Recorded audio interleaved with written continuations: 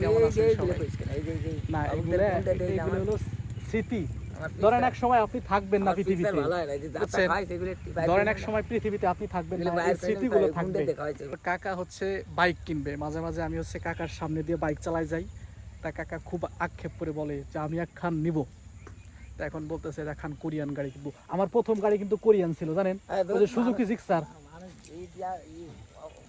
কি বোকা ধোকা ধোকা কই? দাদা, আমি কি কাকারে ধোকা দিছি? আমি কোনোভাবে ধোকা দিছি? কিরা কিরা তা চলে যান, কে দিকে আসেন?